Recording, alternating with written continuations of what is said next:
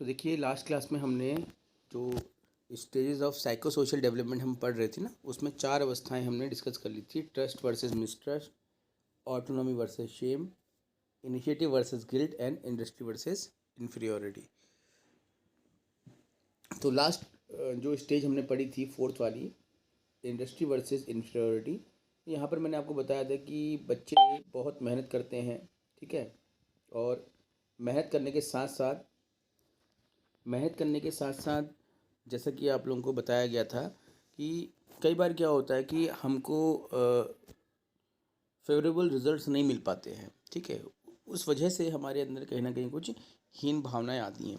वैसे इसका एक एस्पेक्ट और भी है कि जो ये अवस्था होती है इंडस्ट्री वर्सेस इन्फीरियरिटी की, यहाँ पर कुछ बच्चे ये मान करके मेहनत करते हैं कि मैं ये काम कर सकता हूँ, इजीली मैं कर लूँगा एंड ऑल, ठीक है। और कुछ बच्चों के अंदर पहले से ही ये शंका होती है, ये डाउट होता है कि शायद मेरे से हो पाएगा या नहीं हो पाएगा, ठीक है। वो डिपेंड करता है उनकी प्रीवियस स्टेज क्या रही है ना। आप लोगों को बताया गया है ऑटोनॉमी वर्सेस शेम और इनिशिएटिव वर्सेस गिल्ट का। तो जो बच्चा शेम गिल्ट वाले कैटेगरी से आ रहा होता है वो पहले से ही उसका कॉन्फिडेंस लूज़ रहता है। तो ऐसी स्थिति में इन्फीरियरिटी का जो कॉम्प्लेक्स है वो डेवलप होना स्वाभाविक ही हो जाता है। क्या होता है इसमें देखिए, children learn the pressure of applying themselves to task and और दे फील इन्फीरियर।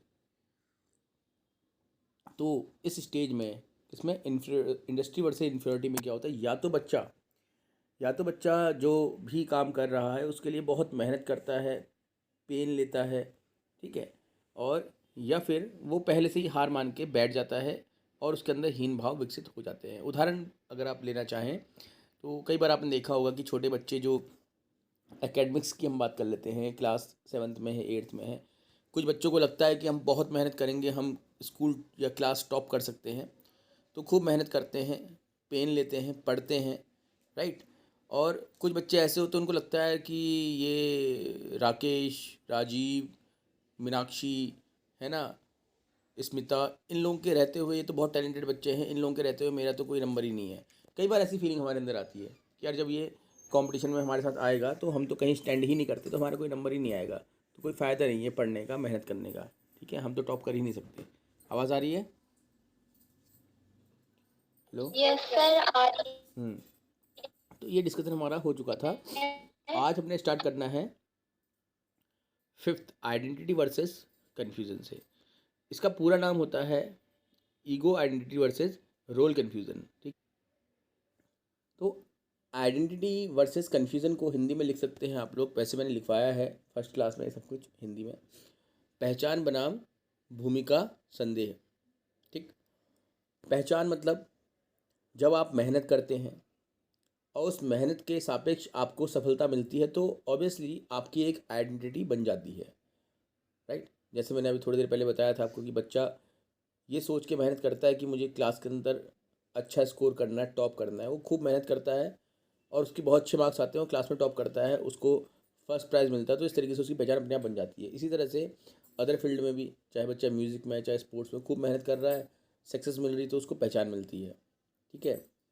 अभी हाल ही में आपने देखा होगा कि जो वर्ल्ड एथलीट चैम्पियनशिप चल रही थी उसमें नीरज चोपड़ा को सिल्वर मेडल मिला था, ठीक है। तो वो भी एक प्रकार से कह सकते हैं कि ये स्टेज, इसको आप मान सकते हैं कि उन्होंने खूब मेहनत की।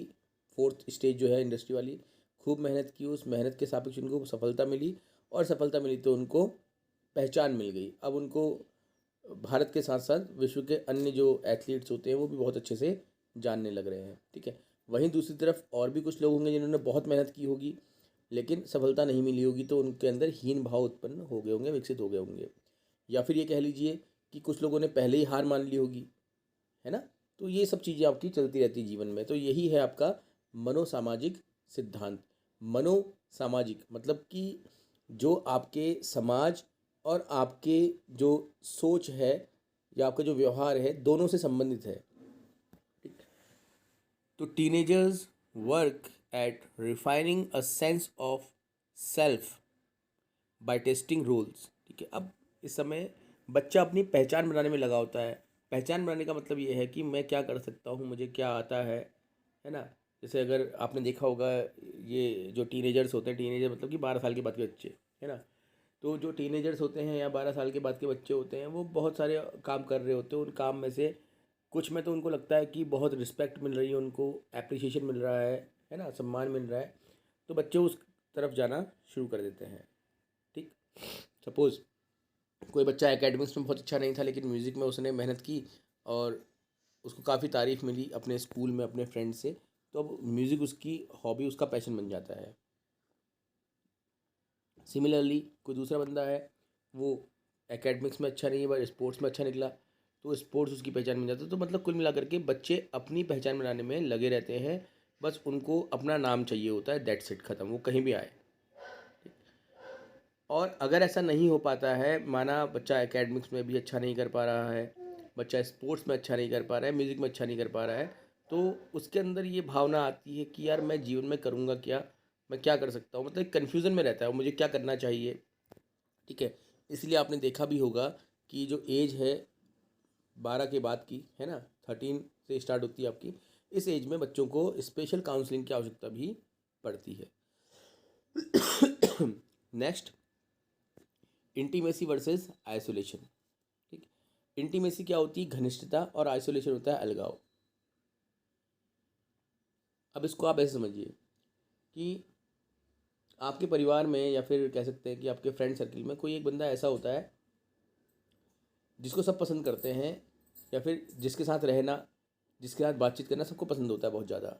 ठीक है, हर कोई उससे कुछ ना कुछ कनेक्शन बनाने की कोशिश कर रहा होता है। साधारण बच्चे की बात कर रहा हूँ मैं बहुत सेलिब्रिटी की बात नहीं कर रहा हूँ फ़िलहाल के लिए। ठीक है, तो कुछ ना कुछ कैरेक्टरिस्टिक होती है उस व्यक्ति में, तभी ऐसा होता है। या तो वो बोलने का बहुत अच्छा होता है, जिसको हम बोलते हैं ना कि मनमोहक बातें करने वाला।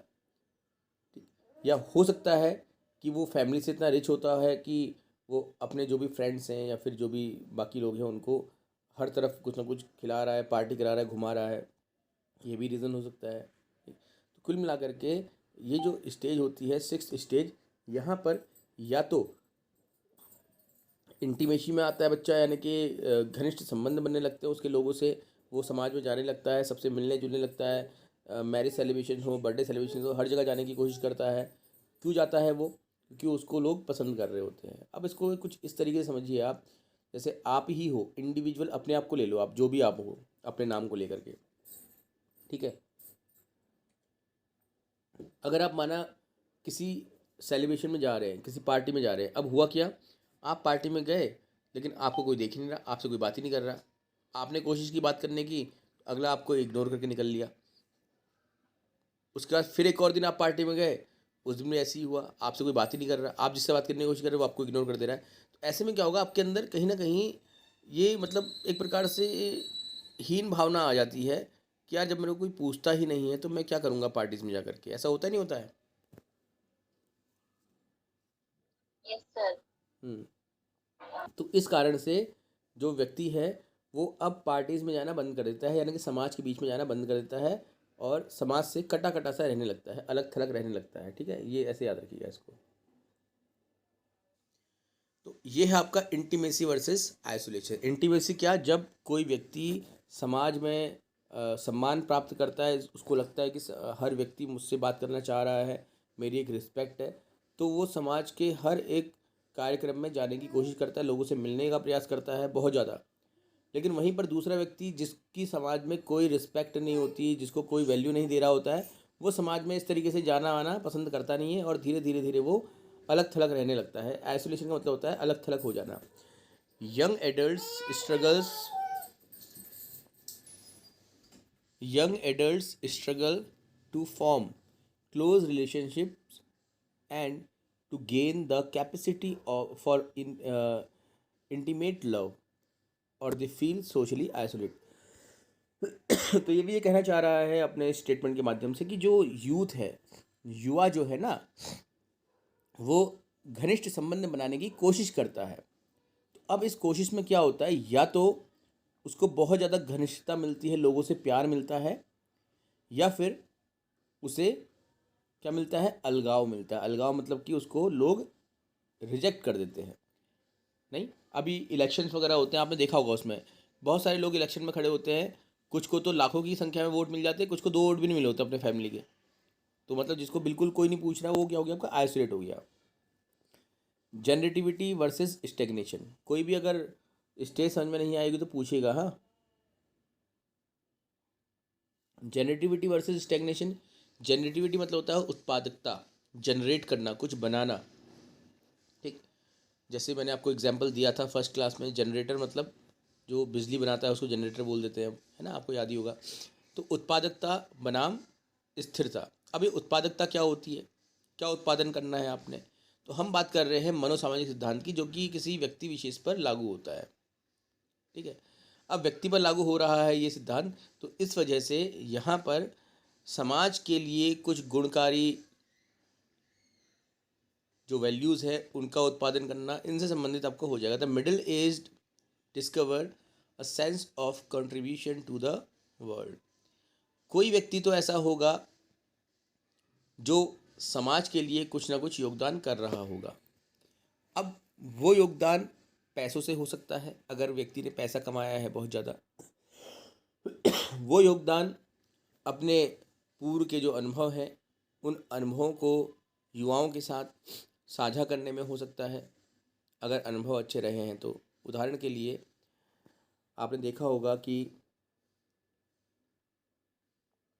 जब भी कोई रिज़ल्ट आता है, जैसे हाल ही में अभी आपका 4 दिन पहले ही रिज़ल्ट आया है 10th और 12th का, तो उस समय कई सारे पुराने लोग आजकल तो सोशल मीडिया में अपने अपने एक्सपीरियंस डालने लगते हैं कि बच्चों कोई फ़र्क नहीं पड़ता मार्क्स से।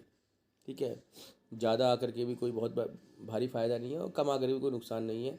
फिर इस बार से तो ऐसा कुछ ट्रेंड बना है कि कुछ आईएएस ऑफिसर्स ने अपनी मार्कशीट डाल दी है ना। फेसबुक में आपने देखा भी होगा, काफ़ी ट्रेंड हुआ वो, कि वो दिखा रहे हैं कि हमारे तो 49% थी हाई स्कूल में और हमने बाद में आईएएस निकाल लिया, तो आप भी मेहनत कीजिए, आप भी निकाल लोगे। कहने का मतलब है कि इस तरह के काम होने लगते हैं, मतलब कि, लेकिन अब सोचो ना, कोई बच्चा किसकी बात सुनेगा। अब आप ही लोग हैं, ठीक, अगर आपसे कहा जाए कि एक डिस्ट्रिक्ट नैनीताल के डीएम आने वाले हैं और वो आपसे अपने कुछ अनुभवों को साझा करेंगे, तो आप निश्चित रूप से सुनने का प्रयास करेंगे, अगर आपका इंटरेस्ट कहीं भी सिविल सर्विसेज में है तो। अगर आपसे कहा जाए या कॉलेज में पढ़ने वाला एक लड़का आने वाला है, ज़्यादा नोन नहीं है, वो अपनी कुछ बातें करना चाह रहा है, वो बताना चाह रहा है कि सिविल सर्विस की तैयारी कैसे करें, तो आप उतना महत्व नहीं देंगे। ठीक, क्योंकि हम जानते हैं कि जो व्यक्ति अपने जीवन में कुछ हासिल करके बैठा हुआ है, यानी कि अचीव कर चुका है, उसकी बातों में ज़्यादा महत्व होता है और वो हमारे लिए लाभकारी भी होती हैं, है ना, रेदर देन ऐसे व्यक्ति की बातों के जिसने अपने जीवन में खुद कुछ अचीव नहीं किया। तो ये चीज़ें होती हैं, तो इसीलिए कहा जाता है कि केवल वे व्यक्ति जिन्होंने लाइफ के पॉजिटिव स्पेन को एक्सपीरियंस किया है, पॉजिटिव मतलब कि ये इंडस्ट्री, आइडेंटिटी, इंटीमेसी, वो दुनिया को कुछ देने की स्थिति में होते हैं। ठीक, और इसके सापेक्ष कुछ ऐसे व्यक्ति जो लाइफ में नेगेटिव स्पेन को लेके चले होते हैं, जैसे इन्फीरियरिटी, कन्फ्यूज़न, आइसोलेशन, वो खुद से ही इतने निराश हो चुके होते हैं कि वे ना तो दुनिया को कुछ दे सकते हैं, ना ही लोग उनकी बातों को ज़्यादा महत्व दे रहे होते हैं। ठीक, तो the middle age discovers a sense of contribution, कि हम क्या कंट्रीब्यूट कर सकते हैं लोगों के लिए, usually through family and work, और they may feel a lack of purpose. तो जो जनरेटिविटी वाले होते हैं वो ये सोचते हैं कि हम ये भी दे सकते हैं दुनिया को, हम ये भी दे सकते हैं, और वो देने का प्रयास करते हैं।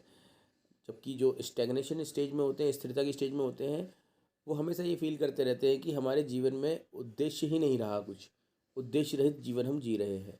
ठीक, फिर आता है लास्ट आपका इंटीग्रिटी वर्सेस डिस्पेयर। इंटीग्रिटी का मतलब होता है आपका क्या, अहम। ठीक है, संतुष्टि। तो यहाँ पे अहम संतुष्टि बनाम निराशा, इसको हम कह सकते हैं।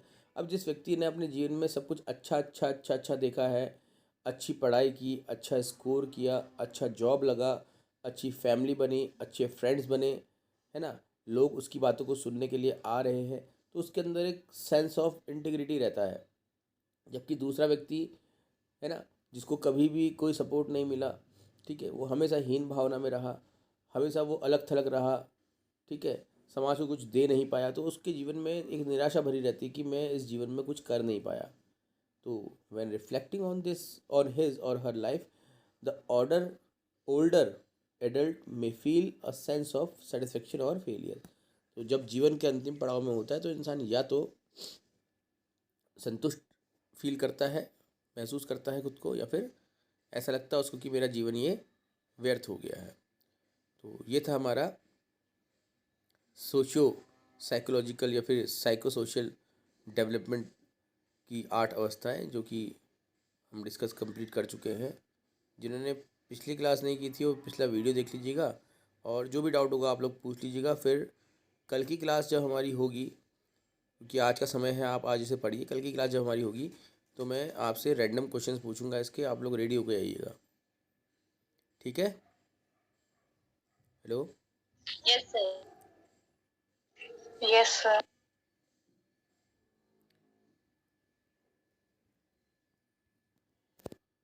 तो चलिए फिर क्लास को यहीं पर